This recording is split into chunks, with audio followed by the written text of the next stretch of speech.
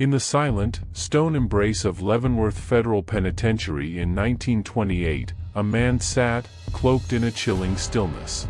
A curious guard, perhaps more intrigued than compassionate, offered him a pencil and paper. The man accepted it without a word, and over the next several weeks, a torrent of darkness bled onto the pages: his memories, his thoughts, his grotesque crimes, his twisted beliefs. What emerged from his pen would become one of the most disturbing confessions in American history. This wasn't a plea for mercy, nor a search for redemption.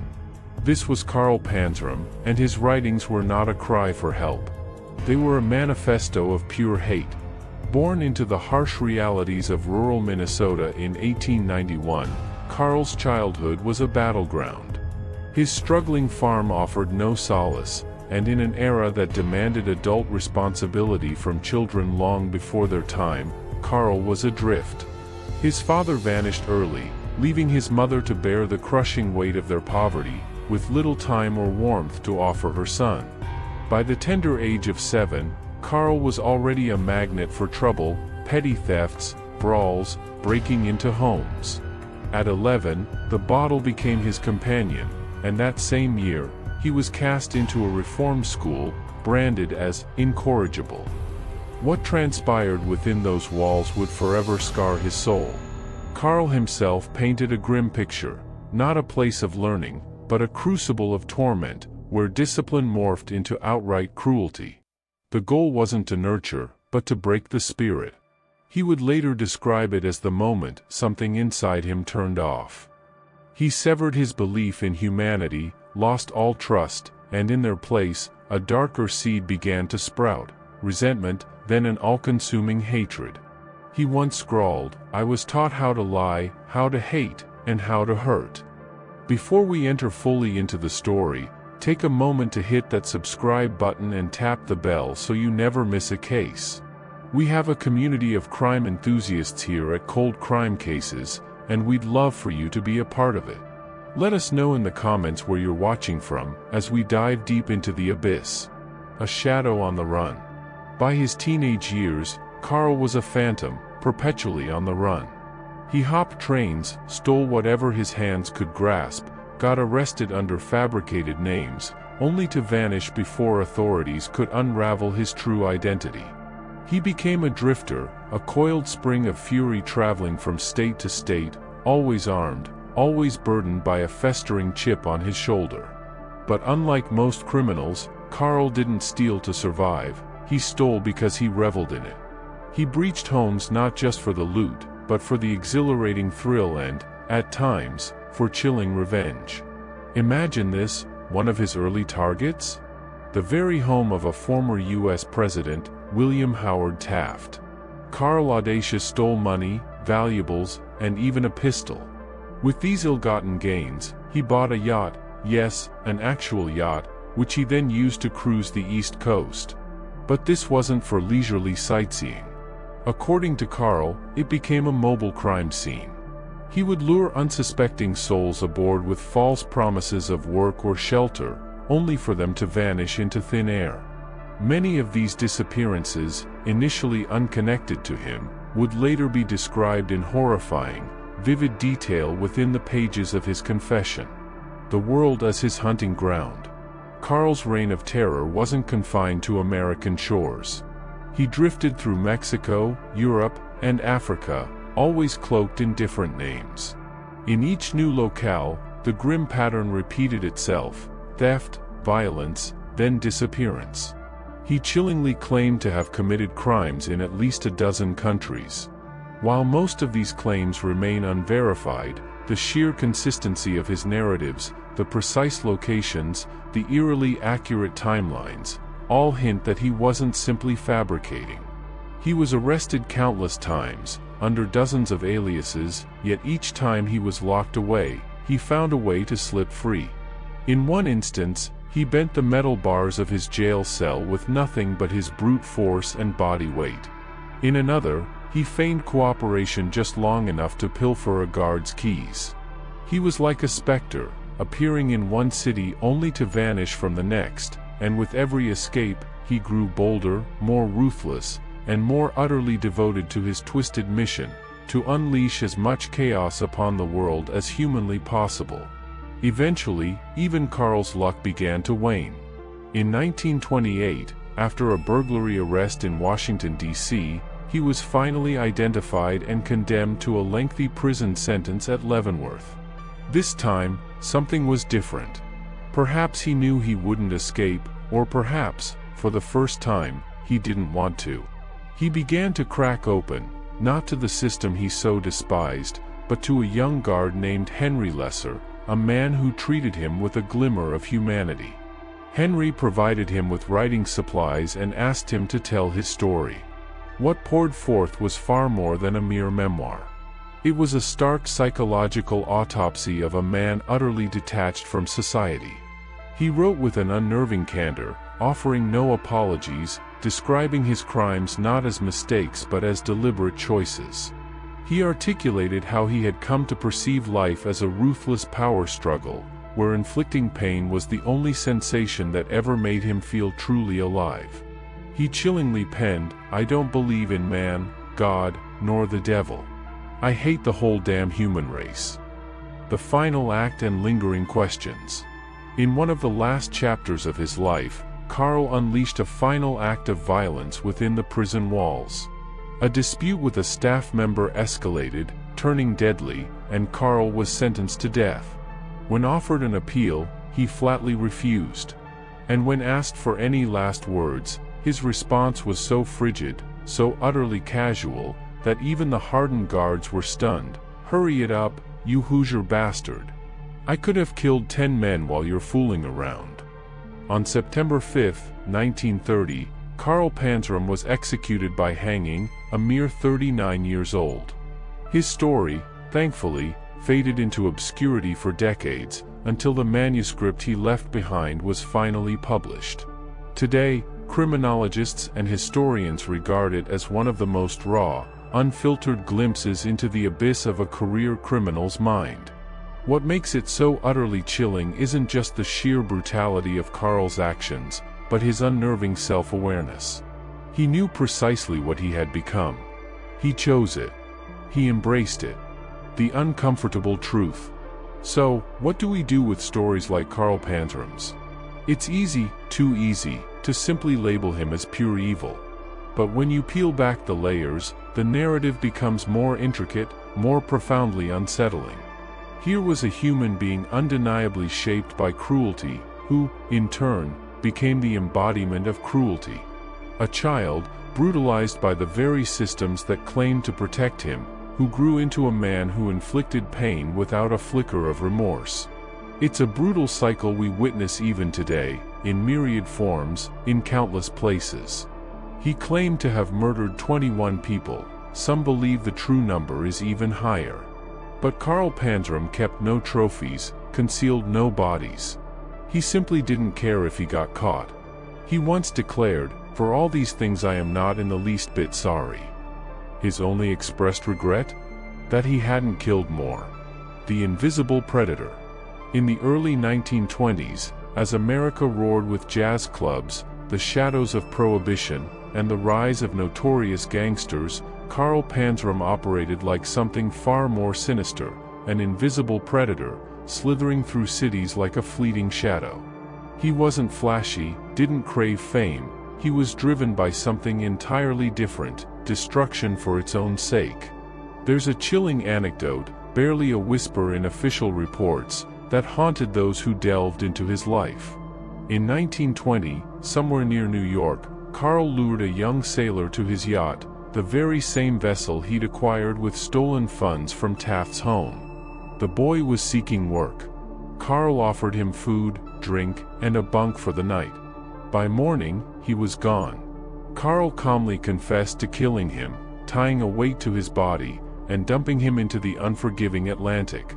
When asked why, his answer was chillingly simple: he was there. This is what made Carl so terrifying. There was no discernible pattern, no traditional motive. He didn't kill out of passion, fear, or even for gain. He killed because he wanted to. He once shamelessly bragged that his only pleasures in life were sexual assaults, robbery, and murder, and he meant every word. The disturbing truth, often omitted from his story because it's too uncomfortable, too truly disturbing even for the most hardened true crime enthusiasts, is that Carl sexually assaulted men. He was explicit about it in his own words, claiming hundreds of assaults. He said it gave him power, control. He wielded sex as a weapon, seeing no distinction between physical violence and psychological terror. It was all the same currency to him. The African inferno and a pyromaniac's rage. In Africa, he worked for a period as a labor overseer in Angola, hiding behind another alias. What he truly did there remains largely guesswork, as local authorities of the time rarely recorded crimes committed by foreigners. But Carl claimed he once hired 6 local men for manual labor, led them deep into the bush, shot each one in the back, and left their bodies for the animals. His reason? He simply wanted to see if he could get away with it. And he did. He always did. This is the truly haunting aspect of Carl Panzram. For nearly 2 decades, he moved through the world utterly unchecked. America, Mexico, the UK, France, even parts of India, he left his indelible, gruesome mark in all of them. Sometimes a stolen item, sometimes a body, but he was always in motion, always under a new name, always just one step ahead of the very systems designed to ensnare men like him. And then there's the fire. One night in the early 1920s, Carl intentionally set an entire oil refinery ablaze in New Jersey. Why? Because the sight of it simply angered him. He despised industry, detested capitalism, loathed the notion that some could live comfortably while others, like him, were chewed up and spat out by the system.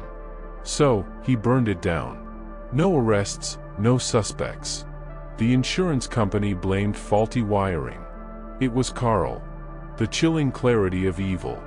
In his writings, there's a chilling passage where he contemplates how effortlessly he could have escalated his destruction. He asserted that if he'd possessed more education or resources, he would have manufactured explosives, planted bombs, and annihilated entire cities. Not for a cause, not for political ideology, but simply to watch the world burn. His words, not mine: "If you people had what it takes to see the inside of me, you'd hang me 1,000 times." Perhaps the most profoundly disturbing aspect of all this is that Carl Panzram was not insane. He wasn't delusional. Every single word in his manuscript is articulate, deliberate. It is not the rambling of a madman. It is the manifesto of someone who knew precisely what he was doing and cared not a whit who got hurt. Some psychiatrists later speculated he might have suffered from antisocial personality disorder, perhaps even psychopathy, but Carl vehemently rejected all such labels. He didn't blame his brain, he blamed people. He wrote, "I was no different than any other boy, but I was treated like an animal, and I became one." It's impossible to ascertain how much of his story is absolute truth. Carl was a liar by trade and by instinct. Yet, the manner in which he recounts his narrative, the consistency, the meticulous detail, the noticeable lack of exaggeration in places where one might expect it, carries the cold, hard ring of truth. There's a passage where he vividly describes being whipped in reform school as a child, the leather straps soaked in salt water, being tied to a wooden board and abandoned in a basement for hours. He stated that the only lesson he gleaned from that school was how to hate the very people who ran it. He once wrote, "Every time they beat me, I got tougher. Every time they punished me, I learned how to hide what I was becoming." And what he became was a storm, a single man against the world. The lone wolf and a twisted legacy. It's worth noting that Carl Panzram had no close friends, no partners, no gang. He operated alone, always. This is a rarity in the criminal underworld.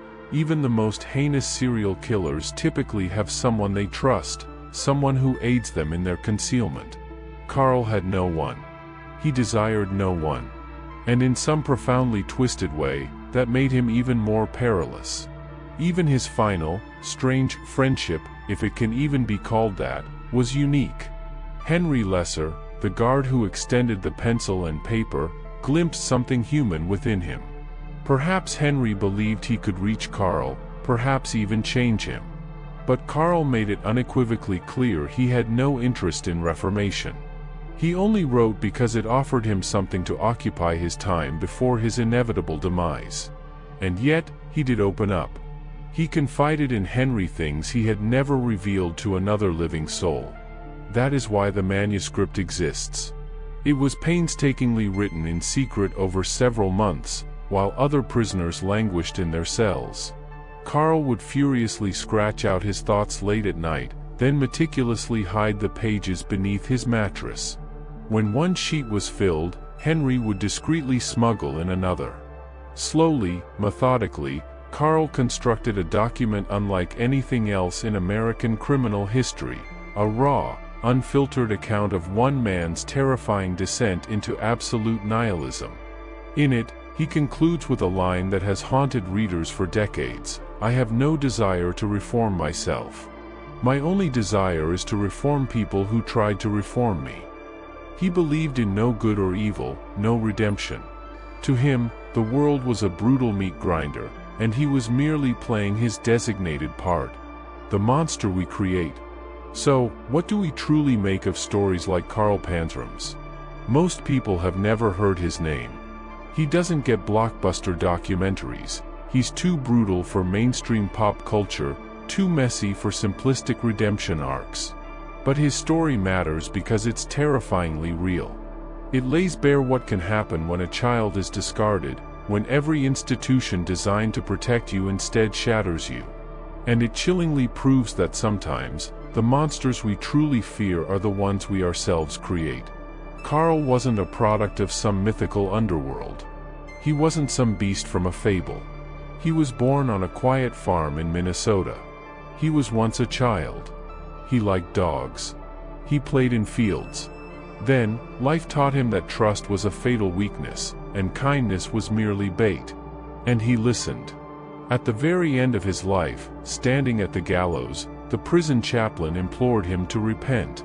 Carl Panzram, defiant to the last, spat in his face. The hangman asked if he had any final words. Carl looked him directly in the eye and snarled, "Yes, hurry it up, you hideous scum. I could kill 10 men while you're fooling around." And then, the trapdoor opened. He died exactly as he lived, defiant, consumed by rage, and utterly, profoundly alone. What are your thoughts on Carl Panzram's chilling confession? Do you believe his upbringing directly molded him into the monster he became, or was true evil inherent within him? Share your theories in the comments below. And if you were captivated by this dark dive into true crime, please like this video, subscribe to Cold Crime Cases for more chilling tales, and share this video with a fellow true crime enthusiast. We'd also love to know, where are you watching from? Let us know in the comments.